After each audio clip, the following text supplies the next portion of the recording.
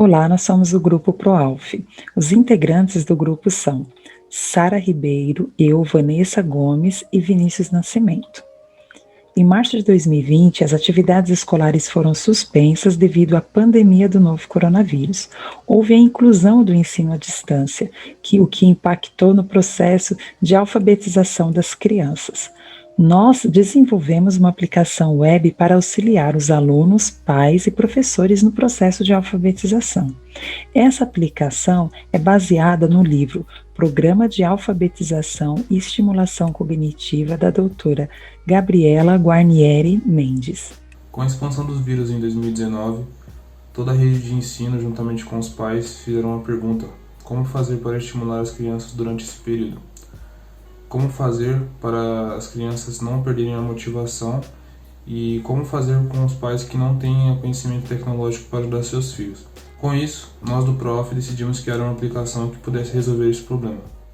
Crianças de 4 a 9 anos estão na fase da alfabetização e para ajudar isso nós criamos uma aplicação que pudesse ajudar a estimular as crianças e ensiná-las de forma divertida. O objetivo da aplicação é auxiliar na alfabetização de crianças por meio de jogos eletrônicos, mais especificamente auxiliar educadores e pais por meio da aplicação com material de qualidade, auxiliar as crianças com processo de memória, com atividades lúdicas propostas pelo livro, facilitar a compreensão de fonemas e letras junto com sílabas e propor a estimulação da coordenação, da memória fotográfica e por memória de repetição também. Com a situação atual da pandemia, percebemos que o sistema educacional está sobrecarregado e que a educação infantil não está recebendo o estímulo necessário para a continuação do ano letivo. Nosso projeto visa suprir parte dessa necessidade com material de qualidade, com suporte de pessoas como fonoaudiólogos, pedagogos, que tornarão o nosso aplicativo mais eficaz e interessante para esse público. Nós realizamos uma pesquisa que ficou disponível do período de dezembro de 2020 a junho de 2021. Participaram da pesquisa 45 pais e 11 professores. Nós identificamos nessa pesquisa que 100% dos pais e dos professores possuem conexão com a internet. 89% dos pais e 100% dos professores acreditam que os recursos digitais auxiliam na alfabetização. E 75% dos pais e 82% dos professores se sentem preparados para utilizar as ferramentas digitais. Como a amostra de professores foi pequena, nós adicionamos uma pesquisa do IBGE, que aponta que 83% dos domicílios brasileiros possuem acesso à internet.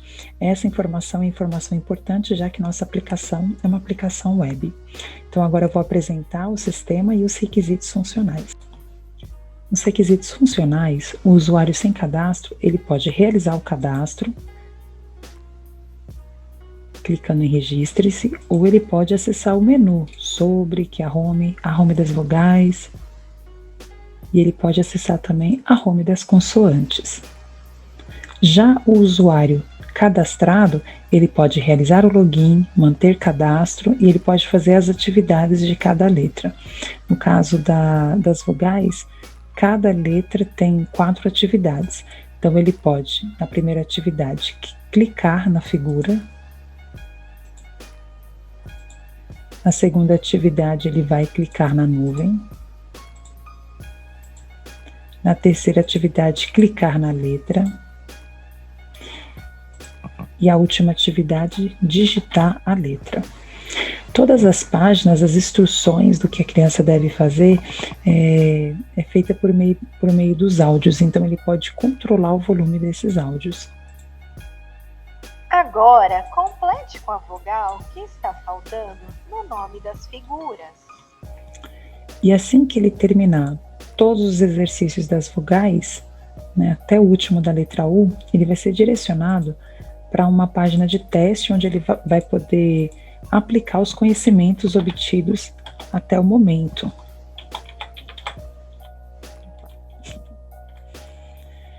E futuramente ele vai poder gerar um relatório que vai ter todos os acertos e erros que ele teve durante a realização das atividades.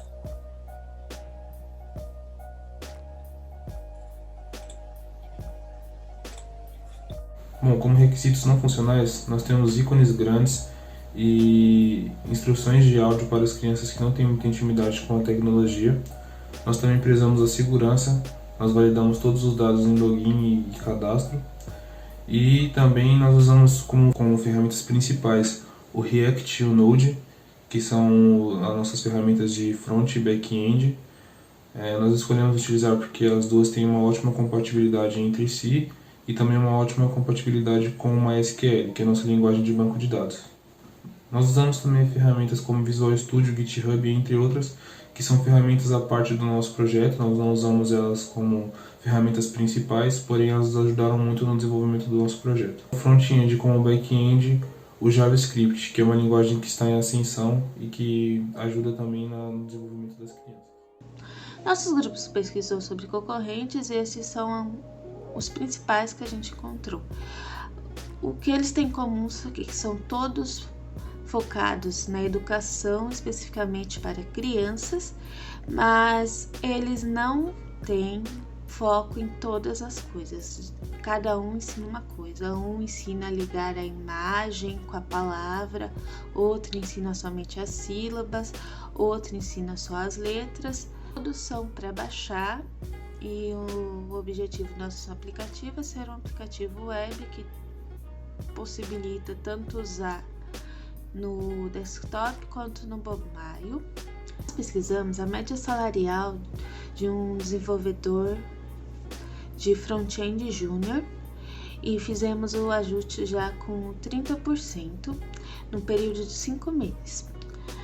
O front-end receberia no final desse período 13 mil e o back-end receberia no final desse período 19.500, fazendo um total do projeto ser R$ 32.500. Bom, nas considerações finais, eu gostaria de falar um pouco sobre como foi esse projeto, que nós fizemos parceria com a doutora Gabriela, então nós tínhamos durante todo esse processo a responsabilidade de deixar ela informada. E também nós não tínhamos apenas que desenvolver algo que nos agradasse, nós tínhamos que desenvolver algo que agradasse a ela também. E foi algo que ajudou bastante a gente, porque nós tínhamos uma pessoa que ajudava a gente e sempre sanava nossas dúvidas com relação à alfabetização em si, então nós tínhamos uma consultoria pra gente. Outra coisa também foi o nosso desenvolvimento, que foi feito em React e Node, que foi feito em tempo real. Significa que a gente estava programando e aprendendo ao mesmo tempo, o que levou a gente muitas vezes a ter que esperar a gente aprender a tecnologia para depois a gente poder aplicar.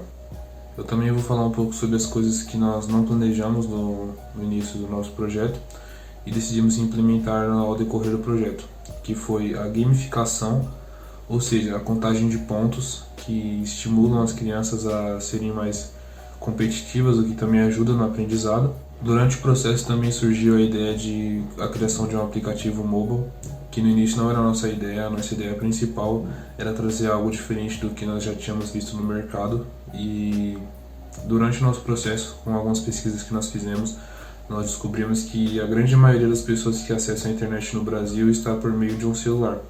Talvez a ideia de criar um aplicativo fosse algo viável para o futuro. Outra coisa que nós gostaríamos de adicionar no nosso projeto no futuro seria a interação da criança com o progresso. Ou seja, sempre que ela entrasse no sistema, ela teria um progresso salvo onde ela conseguiria dar continuidade onde ela parou. Outra coisa que nós gostaríamos de adicionar no nosso projeto seria uma atividade onde a criança poderia falar e o sistema identificaria se a pronúncia da criança está correta.